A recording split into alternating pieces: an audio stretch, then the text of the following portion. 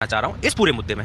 मेरा नाम अभिजीत चौधरी है, मैं दिल्ली यूनिवर्सिटी का भी छात्र हूँ। मैं जाट समाज से आता हूँ, तो जब दिल्ली यूनिवर्सिटी में आऊंगा तो मैं सवर्ण में आऊंगा। पर मुझे एक बात बताइए, अगर मैं लेकिन आप मेरठ यूनिवर्सिटी में जाएंगे तो यहाँ ओबीसी आएंगे। मैं ओबीसी आऊंगा, तो फिलहाल मैं दिल्ली यूनिवर्सिटी में पढ़ता हूँ, तो मैं यहाँ की बात करूंगा। मैं जब चोरी नहीं करता तो चोरी के लिए कोई भी कानून आ जाए उसकी सजा से मुझे कोई दिक्कत होगी नहीं। तो जब मैं भेदभाव किसी के साथ करता ही नहीं हूँ तो कानून में जो भी हो भेदभाव है तो गलत ही किसी के साथ नहीं होना चाहिए। अगर SC ST वाले बच्चों के साथ मैंने हमेशा देखा है कि जो सवर्ण बच्चे हैं उन्हें लोग पंडित जी कहकर बुलाएंगे, मुझे चौधरी साहब कहकर बुलाते हैं। क्या आपने देखा किसी सवर्ण समाज के बच्चे के साथ इस तरह भेदभाव हो रहा है? उनकी जाति को गाली की तरह बुलाया जा रहा हूँ। लेकिन जो दलित समाज के बच्चे हैं उनके साथ ऐसा होता है, तो भेदभाव उन्हीं के साथ होता है। मैंने कभी नहीं देखा कि सवर्ण समाज के बच्चों के साथ जाति के आधार पर भेदभाव हो रहा हो। जाति के आधार पर गर्व करते तो मैंने देखा है, पर भेदभाव करते मैंने नहीं देखा। दूसरा, उसमें कहीं ऐसा नहीं है कि अगर किसी बच्चे के साथ सवर्ण समाज के साथ कुछ होता है, उसके साथ उत्पीड़न, तो उसकी शिकायत नहीं कर सकता। मैंने कल आपकी पूरी वीडियो देखी जो आपने बनाई है 29 मिनट की। मैंने और जब आप मेरी बात सुनेंगे तो आपकी वीडियो का मतलब लगेगा कि मैंने पूरी वीडियो देख के उसमें कहीं ये नहीं लिख रहा है कि जो है सवर्ण बच्चा नहीं कर सकता है। महिला जो है वो तो किसी कास्ट की नहीं होती, तो मैंने बोला वो महिला किसी कास्ट की नहीं हो सकती, वो तो सवर्ण की हो सकती है, वो भी शिकायत कर सकती है। कोई दिव्यांग किसी कास्ट का नहीं होता, वो भी कर सकता है। पूरे यूजीसी में सिर्फ 3 पॉइंट ऐसे आते हैं जब वो 3 वाला मेंबर, जब उसकी इक्विटी कमेटी बनती है, उसमें वहां पर दिया है कि एक SC का होना चाहिए प्रतिनिधि, एक ST का होना चाहिए, एक OBC का होना चाहिए। उसके अलावा पूरे इस एक्ट में मुझे बता दीजिए कि कहां जाति का उल्लेख हुआ है। उसके अलावा कहां पे ऐसा हो रहा है कि जाति की वजह से आपका शोषण होगा।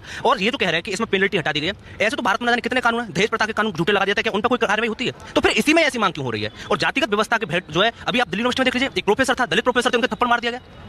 तो दलितों के साथ इस तरीके की यूनिवर्सिटी में बहुत सारी व्यवस्था हम देखते, खुद मैं देखता हूँ कि होती है ये सारी चीजें। अब मैं आपसे सवाल, एक मिनट, मैं आपसे एक सवाल पूछ रहा हूँ। क्या आप जो बात कह रहे हैं उस आधार पर सामान्य वर्ग के जो छात्र हैं, जो टीचर्स हैं, कोई सामान्य वर्ग का टीचर है, मान लीजिए ये तो कानून सारे लोगों पे लागू हो रहा है, शैक्षणिक कर्मचारियों पर, अशैक्षणिक कर्मचारी, गैर शैक्षणिक पर भी, टीचर्स पर भी, स्टूडेंट पर भी, और इंस्टीट्यूट के मुखिया पर भी लागू हो रहा है। मान लीजिए कि सवर्ण का सामान्य वर्ग का कोई अध्यापक है और बहुत सारे कारण होते हैं, पढ़ाई लिखाई के दौरान वाइवा है, अटेंडेंस है, तमाम चीज़ों को लेकर के है, और अगर वो कोई स्ट्रिक्ट डिसिप्लिन लागू करता है और उसके खिलाफ छात्री शिकायत कर दे कि ये जातीय आधार पर भेदभाव करता है, तो उस शिक्षक के बचाव का इसमें रास्ता क्या है? अपील दे रखी है ना। उसके बाद जो लोकपाल आया है, वो लोकपाल क्या करेगा? वो 30 दिन में उसमें अपनी शिकायत दे कि मेरे साथ